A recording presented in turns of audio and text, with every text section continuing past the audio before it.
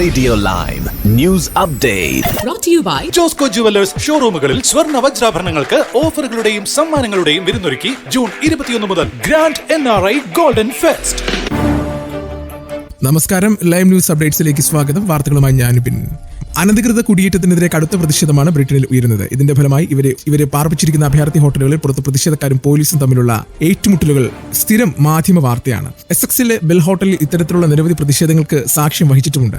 അഭയാർത്ഥികളെ bell ഹോട്ടലിൽ താമസിപ്പിക്കുന്നതിനെതിരെ ഹൈക്കോടതിയിൽ നിന്ന് വിധി സമ്പാദിച്ചിരിക്കുകയാണ് കൗൺസിൽ അധികാരികൾ. ഇതോടെ അനധികൃത കുടിയേറ്റക്കാരെ ഹോട്ടലിൽ നിന്ന് ഒഴിപ്പിക്കേണ്ടതായി വരും. സൊമാനി ഹോട്ടൽസ് ലിമിറ്റഡിന്റെ ഉടമസ്ഥതയിലുള്ള എപ്പിംഗിലെ ദി ബെൽ ഹോട്ടലിൽ കുടിയേറ്റക്കാരെ താമസിപ്പിക്കുന്നത് തടയുവാൻ എപ്പിംഗ് ഫോറസ്റ്റ് ഡിസ്ട്രിക്ട് കൗൺസിലാണ് വിധി സമ്പാദിച്ചത്. കൗൺസിലിന്റെ case തള്ളിക്കളയുവാൻ home secretary Yvette Cooper നടത്തിയ 11 മണിക്കൂർ ശ്രമം നിരസിച്ചതിന് ശേഷമാണ് മിസ്റ്റർ ജസ്റ്റിസ് IR തന്റെ വിധി പ്രസ്താവിച്ചത്. കഴിഞ്ഞ മാസത്തെ കണക്കനുസരിച്ച് 140 പുരുഷന്മാരാണ് ഇവിടെ താമസിച്ചിരുന്നത്. UK-യിൽ ഉടനീളം അത്തരത്തിലുള്ള അഭയാർത്ഥി ഹോട്ടലുകളിൽ നിന്ന് അനധികൃത കുടിയേറ്റക്കാരെ താമസിപ്പിക്കുന്നതിനുള്ള സാധ്യതകൾ ഇല്ലാതാകുന്നതിന് ഹൈക്കോടതി വിധി കാരണമാകുന്നുവെന്നാണ് നിയമവിദഗ്ധർ അനുമാനിക്കുന്നത്. തിങ്കളാഴ്ചയും ബാങ്ക് അവധി വരുന്നത് മൂലം UK-യിൽ ഉടനീളം കനത്ത ഗതാഗത കുരുക്കുണ്ടാകുവാൻ സാധ്യതയുണ്ടെന്ന റിപ്പോർട്ടുകൾ പുറത്തുവന്നു. 3 ദിവസം അടുപ്പിച്ച് അവധി കിട്ടുന്നത് മൂലം കൂടുതൽ പേർ അവധി ആഘോഷിക്കുവാൻ യാത്രയിൽ ഏർപ്പെടുവാനുള്ള സാധ്യതയുണ്ട്. UK-യിൽ ഉടനീളം 17.6 ദശലക്ഷം കാറുകൾ നിരത്തിലിറങ്ങുമെന്നാണ് റോയൽ ഓട്ടോമൊബൈൽ ക്ലബ്ബ് മുന്നറിയിപ്പ് നൽകിയിരിക്കുന്നത്. ഇതിനിടെ RMT യൂണിയന്റെ പണിമുടക്കിന് മുന്നോടിയായി ശനിയാഴ്ച റെയിൽ യാത്രക്കാർ യാത്ര ചെയ്യരുതെന്ന് ക്രോസ് കൺട്രി അറിയിച്ചു. അതേസമയം എഞ്ചിനീയറിംഗ് ജോലികൾക്കായി നിരവധി പ്രധാന റൂട്ടുകൾ അടച്ചിടുമെന്ന് നെറ്റ്വർക്ക് വെയിലും അറിയിച്ചിട്ടുണ്ട്. ലണ്ടനിലെ Notting Hill carnival, leading Leeds ഫെസ്റ്റിവലുകൾ, ചെഷയറിലെ ക്രംഫീൽഡ് ഫെസ്റ്റിവൽ എന്നിവയുൾപ്പെടെ പരിപാടികളിലേക്ക് വലിയ ജനക്കൂട്ടം എത്തുമെന്നാണ് പ്രതീക്ഷിക്കുന്നത്. ബ്രിസ്റ്റലിലെയും ഡവണിലെയും ഇടയിലുള്ള M5-ൽ ഏറ്റവും രൂക്ഷമായ ഗതാഗത കുരുക്കുണ്ടാകുമെന്നാണ് ഗതാഗത വിശകലന സ്ഥാപനമായ ഇൻട്രിക്സ് പറയുന്നത്. ഈസ്റ്റ് ലണ്ടനിലെ റെസ്റ്റോറന്റിൽ കുടുംബത്തോടൊപ്പം ഭക്ഷണം കഴിക്കുവാനെത്തിയ 9 വയസ്സുകാരിയായ മലയാളി പെൺകുട്ടിക്ക് വെടിയേൽക്കാനുണ്ടായ ഗുണ്ടാക്രമണത്തിൽ പ്രതിയായ ടർക്കിഷ് പൗരൻ കുറ്റക്കാരനെന്ന് കണ്ടെത്തി കോടതി. സംഭവം നടന്ന് 14 മാസങ്ങൾ കഴിഞ്ഞപ്പോഴാണ് ലണ്ടൻ ഓൾഡ് ബെയ്ലി കോടതി ശിക്ഷ വിധിച്ചിരിക്കുന്നത്. ബെർമിംഗ്ഹാമിൽ നിന്നുള്ള കുടുംബം സുഹൃത്തുക്കളെ സന്ദർശിക്കുവാൻ ഹാഫ് ടൈം ലണ്ടനിൽ എത്തിയതായിരുന്നു. ഈ സമയം കുട്ടിക്ക് വിശക്കുന്നതിനെ തുടർന്ന് യാത്രാമധ്യേ ഹാക്നിയിലെ ടർക്കിഷ് റെസ്റ്റോറന്റിൽ കയറുകയായിരുന്നു. ഇവിടെ വെച്ചാണ് കുട്ടി അപ്രതീക്ഷിത ആക്രമണത്തിന് ഇരയായത്. ഹാക്നിയിലെ മറ്റൊരിടത്ത് നടന്ന ഏറ്റുമുട്ടലിലെ തുടർച്ചയായി ഗുണ്ടാസംഘങ്ങൾ നടത്തിയ ആക്രമണത്തിൽ കുട്ടിക്ക് പരിക്ക് പറ്റുകയായിരുന്നു. തുർക്കി വംശജരായ 3 പേർക്ക് നേരെ വെടിയുതിർത്തിട്ടുണ്ടായിരുന്നു. ഇതിനിടയിൽപ്പെട്ട കുട്ടിയുടെ തലയ്ക്ക് വെടിയേറ്റു. പിന്നാലെ അതിതീവ്ര പരിചരണത്തിലാണ് പെൺകുട്ടി മാസങ്ങളോളം കഴിഞ്ഞത്.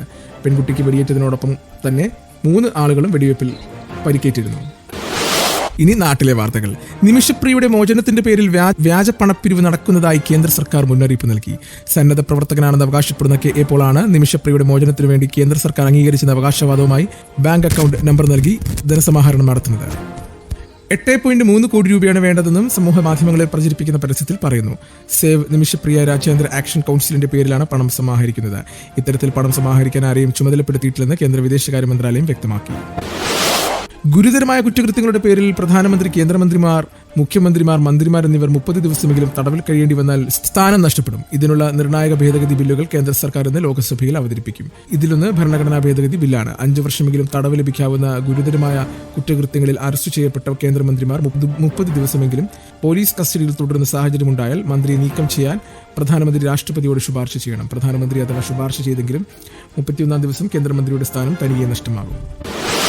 കോഴിക്കോട് ജില്ലയിൽ ആശങ്കയുണർത്തി അമീബിക് മസ്തിഷ്ക ജ്വരത്തിന്റെ സജീവ സാന്നിധ്യം കണ്ടെത്തിയെങ്കിലും രോഗത്തിന്റെ ഉറവിടം വ്യക്തമാകാതെ ആരോഗ്യവകുപ്പ്. കുളത്തിൽ നിന്നാകാം അമീബ ബാധയുണ്ടാകുന്നെന്ന് വിലയിരുത്തിയെങ്കിലും കിണറുകളിൽ പോലും അപകടകാരിയായിട്ടുള്ള അമീബയുടെ സാന്നിധ്യം സംശയിക്കപ്പെടുന്നതോടെ ആരോഗ്യവകുപ്പിന്റെ പ്രതിരോധ പ്രവർത്തനങ്ങളിലും അത് വെല്ലുവിളിയാവുകയാണ്. 3 മാസം പ്രായമുള്ള കുട്ടികളിലടക്കം 5 പേരിലാണ് നിലവിൽ കോഴിക്കോട് മെഡിക്കൽ കോളേജിൽ ചികിത്സയിലുള്ളത്. സംസ്ഥാനത്ത് വിവിധയിടങ്ങളിൽ ഈ വർഷം ചികിത്സ തേടി 22 പേരിൽ 8 പേർ മരണപ്പെട്ടു. കോഴിക്കോട് ജില്ലയിൽ 8 പേർക്കാണ് ഈ വർഷം രോഗം സ്ഥിരീകരിച്ചത്. ഏഷ്യ കപ്പ് ക്രിക്കറ്റിനുള്ള ഇന്ത്യൻ ടീമിനെ പ്രഖ്യാപിച്ചു. സൂര്യകുമാർ യാദവ് നയിക്കുന്ന ടീമിൽ മലയാളി താരം സഞ്ജു സാംസൺ പ്രധാന വിക്കറ്റ് കീപ്പറായി കളിക്കും. ശുഭ്മാൻ ഗിൽ വൈസ് ക്യാപ്റ്റനായി ടീമിലെത്തി. വാർത്താ സമ്മേളനത്തിൽ ക്യാപ്റ്റൻ സൂര്യകുമാർ യാദവും BCCI selection committee chairman Ajit അഗാക്കറും പങ്കെടുത്തു. ജിതേഷ് ശർമ്മയാണ് ഇന്ത്യൻ ടീമിന്റെ 2ാം wicket keeper. Prasidh Krishna, Washington Sundar, Riyan Parag, Dhruv Jurel, Yashasvi Jaiswal എന്നിവരെ ടീമിന്റെ സ്റ്റാൻഡ് ബൈ താരങ്ങളായി നിലനിർത്തും. നിലവിൽ ടീമിൽ ആർക്കെങ്കിലും പരിക്കേറ്റാൽ മാത്രമായിരിക്കും അവർക്ക് അവസരം ലഭിക്കുക. യശസ്വി ജയ്സ്വാളിനെയും ശ്രേയസ് അയ്യരെയും ടീമിൽ നിന്ന് ഒഴിവാക്കി അഭിഷേക് ശർമ്മ മികച്ച ഫോമിലായതുകൊണ്ടാണ് യശസ്വി ജയ്സ്വാളിനെ ടീമിൽ നിന്ന് മാറ്റി നിർത്തിയതെന്ന് അജിത് അഗാക്കർ വാർത്താസമ്മേളനത്തിൽ പറഞ്ഞു. ഇന്നത്തെ പൗണ്ട് വിനിമയ നിരക്ക് 117.60 രൂപ. ഇതോടുകൂടി വാർത്തകൾ കഴിഞ്ഞു. കൂടുതൽ വാർത്തകൾ അടുത്ത ബുള്ളറ്റിൽ.